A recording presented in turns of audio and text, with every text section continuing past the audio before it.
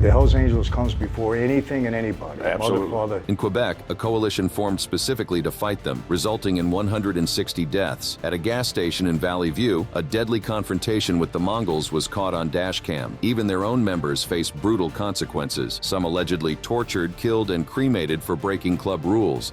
All this was caught on camera. Here are the most shocking acts of revenge against the Hells Angels caught on camera. The Quebec Biker War, organized resistance. The Quebec Biker War stands as one of the most prolonged and deadly conflicts in motorcycle club history, stretching from 1994 to 2002 and claiming over 160 lives while leaving approximately 300 individuals injured. This bloody chapter in Canadian criminal history represents a rare instance where a coalition of groups united specifically to oppose and combat the Hells Angels' expanding influence and control over the lucrative drug trade in Quebec. At the center of this conflict was the Alliance to Fight the Angels, led primarily by the Rock Machine Motorcycle Club, which formed specifically to resist the Hells Angels' attempts to monopolize drug distribution networks in the region. Unlike some of the spontaneous clashes or isolated incidents of violence typical in biker conflicts, the Quebec Biker War represented a sustained, organized campaign of resistance against Hells Angels' dominance. Do me a favor. Tell us about the induction ceremony. Well, that's what I'm going to tell you. Old man John opened the door, and he yelled. He had a real gruff voice. He goes, "Christy, get your ass in there!"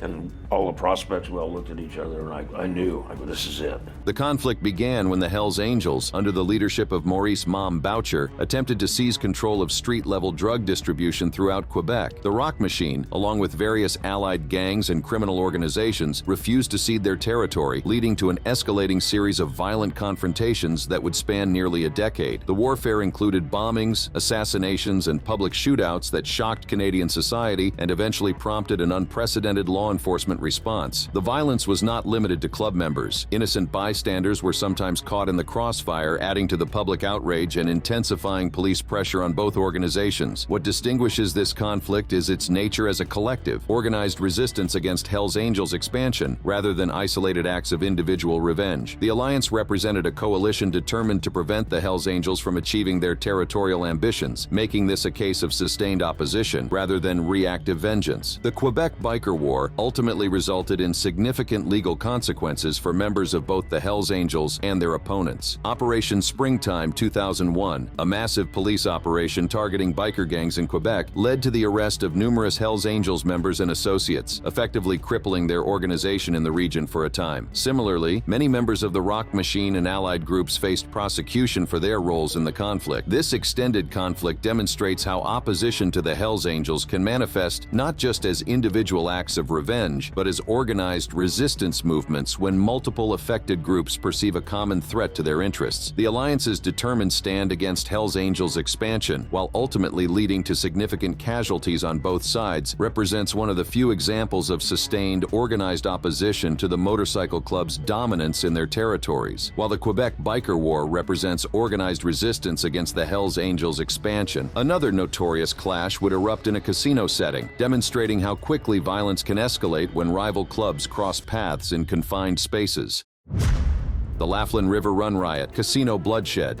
The year 2002 marked one of the most notorious clashes in motorcycle club history, when what began as a motorcycle enthusiast gathering erupted into a bloody confrontation that left 3 men dead and numerous others injured. The Laughlin River Run, an annual motorcycle rally held in Laughlin, Nevada, became the stage for a violent showdown between the Hells Angels and their bitter rivals, the Mongols. On April 27, 2002, approximately 40 Mongols entered Harrah's Casino, where members of the Hells Angels had gathered. What followed was a brutal melee that spilled across the casino floor, with members of both clubs wielding knives, guns, and other weapons in a chaotic battle that lasted just minutes but left an indelible mark on motorcycle club history. No, you can't roll the dice. They said, well, off 0 to 5, we take a deal. And I did, and my daughter negotiated. I wound up going to Texas for a year. The riot resulted in the deaths of 2 Hells Angels members, Jeremy Bell and Robert Tumulty, and 1 Mongol, Anthony Barrera. The violence was so extreme that it prompted one of the most extensive federal investigations into outlaw motorcycle gangs, known as Operation Black Biscuit. What makes this incident particularly relevant is the question of intent. Was this a spontaneous clash, or did the Mongols deliberately enter Hells Angels territory with the intention of exacting some form of revenge or making a statement? The Mongols' decision to enter a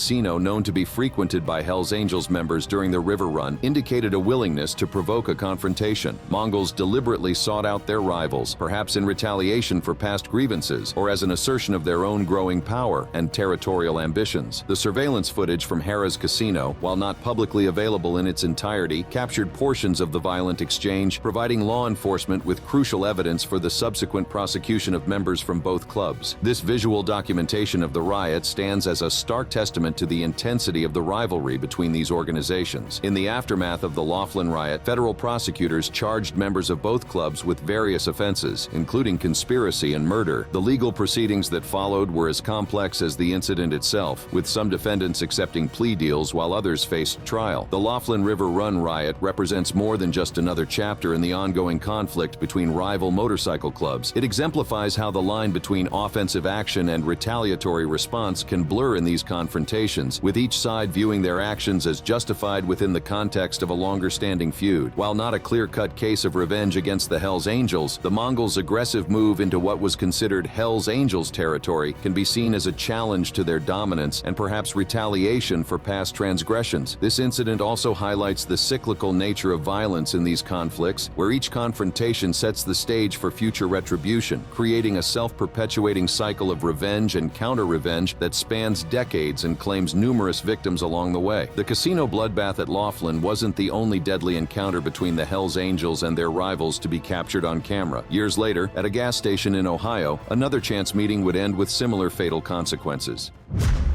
Valley View gas station, deadly encounter, the tension between rival motorcycle clubs can simmer for years before erupting into violence, often in unexpected locations and with deadly consequences. One such incident occurred on a summer day in 2020 at a gas station in Valley View, Ohio, where a chance encounter between members of the Hells Angels and their longtime rivals, the Mongols, ended in bloodshed. The conflict between these two notorious motorcycle clubs stretches back decades, with territorial disputes and violent confrontations marking their troubled history. The Mongols, established in 1969 in Montebello, California, have long been considered one of the Hells Angels' most formidable adversaries, with conflicts spanning multiple states and resulting in numerous casualties over the years. On July 25, 2020, this feud claimed another victim when Hells Angels member John Fuller encountered Mongols at the Valley View gas station. What might have started as a tense standoff quickly escalated into violence when Fuller allegedly initiated the attack, stabbing a Mongol member in what may have been an attempt to defend himself or assert dominance. In this situation, one Mongol died in there, the one that was doing most of the shooting. He got stabbed to death. The response was swift and deadly. In what could be interpreted as an act of immediate retaliation rather than premeditated revenge, a Mongol member drew a firearm and shot Fuller. The entire violent exchange was captured on a dash camera video, providing rare documented evidence of a confrontation between these rival gangs. What makes this incident particularly notable is not just the fatal outcome, but the context in which it occurred. This was not a planned ambush or a calculated act of revenge, but rather a spontaneous collision of two opposing forces with a long history of animosity. The Mongol who fired the fatal shot was responding to an immediate threat, making this case different from a premeditated act of revenge. The Valley View incident exemplifies the volatile nature of these gang rivalries and the hair-trigger violence that can erupt when opposing members cross paths. It also demonstrates the complex dynamics at play in these confrontations, where the line between aggressor and defender, attacker and retaliator can blur in an instant. Law enforcement's response to such incidents is often complicated by the code of silence that pervades outlaw motorcycle clubs. Even wounded parties are typically reluctant to cooperate with police, preferring to handle matters internally according to their own codes of justice. This pattern was evident in another case involving the Outlaws, where several Outlaws members who had been shot refused to identify their attackers, demonstrating the strength of this unwritten rule. Not all confrontations with the Hells Angels involve spontaneous violence. In the coastal town of Worthing, UK, a calculated ambush would demonstrate the severe consequences of disrespecting the club's sacred symbols. Worthing ambush, retaliation for stolen colors. In the coastal town of Worthing, UK, a violent confrontation between the Hells Angels and a rival motorcycle club known as the Vikings demonstrated how quickly tensions can escalate in the world of outlaw bikers. This incident, which occurred on October 8, 2022, provides an interesting perspective on the dynamics of revenge in biker conflicts, though in this case, it was the Hells Angels seeking retribution rather than being the targets. The clash stemmed from an earlier incident where the Vikings had reportedly stolen jackets from prospective Hells Angels members, a serious offense in the biker world where club insignia hold immense significance. In response, Hells Angels members orchestrated an ambush on the A24 in Findon-Worthing, targeting the Vikings bikers in what was clearly an act of retaliation. When I got involved in the life and I took an oath, Right. Halloween night 1975, it was a blood oath where I surrendered my life to Cosa Nostra. Sure. Told, this life comes before anything. If your mother is sick and dying, you're at her bedside, we call you to service, you leave your mother, you come and serve us. The entire confrontation was captured on CCTV, providing visual evidence of the violence that ensued. During the attack, one Viking member was stabbed, highlighting the severe nature of these inter-club conflicts. The footage became crucial evidence in the subsequent legal proceedings against the Hells Angels members involved. What makes this case particularly interesting is that it inverts the primary focus. Here, the Hells Angels were the ones executing revenge, rather than being its targets. However, it raises important questions about the cycle of retaliation that characterizes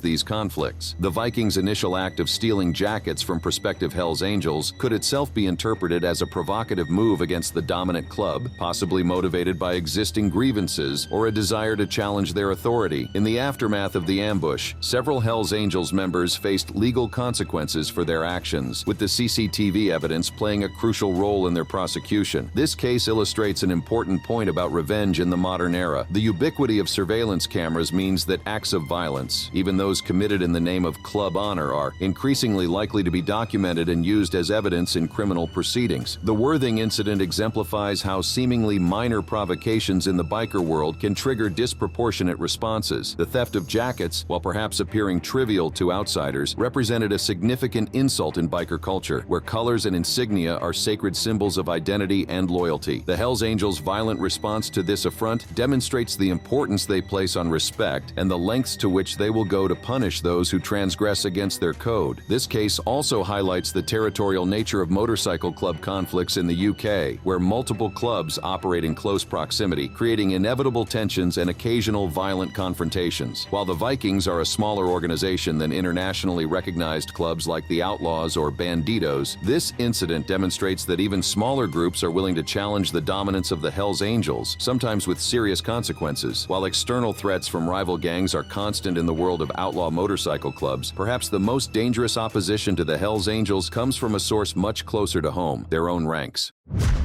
Enemies within, betrayal, and internal revenge.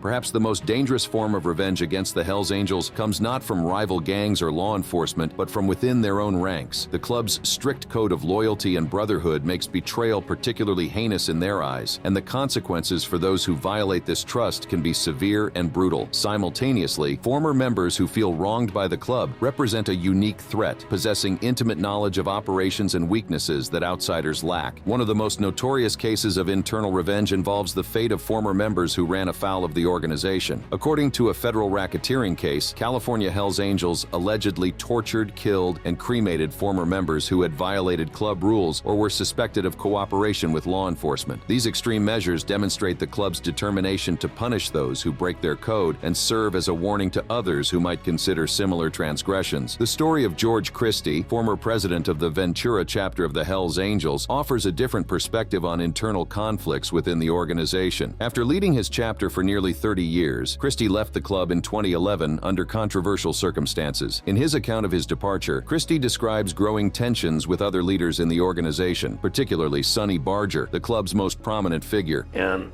I opened it up and extended my arms, and that was the death head, and it was staring at me. Christie's departure from the club was marked by acrimony, with some members accusing him of cooperation with law enforcement, one of the most serious accusations that can be leveled against a Hells Angels member. While Christie denies these allegations, the suspicion alone was enough to make him a potential target for retaliation from his former brothers. In a revealing anecdote from his interviews, Christie recounts an incident that symbolizes this internal strife. And, I met Didn't know any mob guys until I went to prison. And then, you know, I met Rosario, we used to eat with, and you know, these different individuals, and I started seeing a lot of parallels. Another significant case of internal revenge occurred in 2015 when Hells Angels member Steve Towson was killed at the funeral of another club member. This murder at a funeral, a shocking violation of the traditional truce that normally applies during such ceremonies, highlights how internal conflicts within the club can sometimes override even their most sacred traditions. Towson was reportedly attempting to negotiate peace between the Hells Angels and their rivals, a mission that may have put him at odds with more hardline elements within the club who preferred continued conflict. Perhaps the most dangerous form of revenge against the Hells Angels comes from former members who choose to cooperate with law enforcement. Pat Matter, former president of the Minneapolis chapter who Christie initially prospected under, eventually became an informant, providing evidence against approximately 40 other members. Matter's cooperation represented a significant breach of the club's code of silence and had serious consequences for those he testified against. These internal conflicts and betrayals demonstrate that some of the most significant threats to the Hells Angels come not from rival gangs or law enforcement offensives, but from the fracturing of the brotherhood that forms the foundation of their organization. When trust is broken within these circles, the consequences can be even more severe than those faced from external enemies. Internal betrayals have certainly caused damage to the Hells Angels over the years, but the most methodical and ultimately damaging form of revenge against the club would come from an entirely different direction: law enforcement's patient infiltration and prosecution. Operation Black Biscuit, law enforcement's methodical response. In the realm of conflicts with the Hells Angels, perhaps the most methodical and ultimately damaging form of revenge has come not from rival gangs or disgruntled individuals, but from law enforcement agencies determined to dismantle the organization through infiltration and prosecution. While not revenge in the traditional sense, these operations represent society's formalized response to the club's alleged criminal activities and can be viewed as a form of institutional retribution. One of the most significant of these operations was the Bureau of Alcohol, Tobacco, Firearms, and Explosives ATF Operation Black Biscuit, a 21-month undercover infiltration of the Hells Angels following the 2002 Laughlin River Run riot. This extensive operation involved ATF agents posing as members of a fictional motorcycle club called the Solo Angels, gradually infiltrating the Hells Angels' inner circle to gather evidence of criminal activity. And just to follow that up, you know, the night I took an oath, we didn't take an oath to rob, steal, murder, kill. That wasn't the oath. It was oath to each other. That wasn't the oath at all. We take an oath of omerta, which Right. means silence. Correct. And you're not even supposed to admit that we exist. The operation was launched in response to the violence in Laughlin, where 3 people died in the clash between the Hells Angels and Mongols. Rather than responding with immediate arrests, law enforcement opted for a long-term strategy designed to gather comprehensive evidence against the organization's leadership and disrupt their operations from within. ATF agents went to extraordinary lengths to establish their credibility in the biker world, creating elaborate backstories, adopting appropriate appearances and mannerisms, and even committing minor crimes to avoid arousing suspicion. These undercover operatives eventually gained enough trust to be invited to Hells Angels events and gatherings where they could observe and document illegal activities firsthand. The operation targeted a Phoenix chapter led by Ralph Sonny Barger, one of the most influential figures in Hells Angels history. By focusing on leadership rather than rank-and-file members, the ATF aimed to destabilize the entire organization rather than merely making isolated arrests. Operation Black Biscuit culminated in a series of raids and arrests in 2003,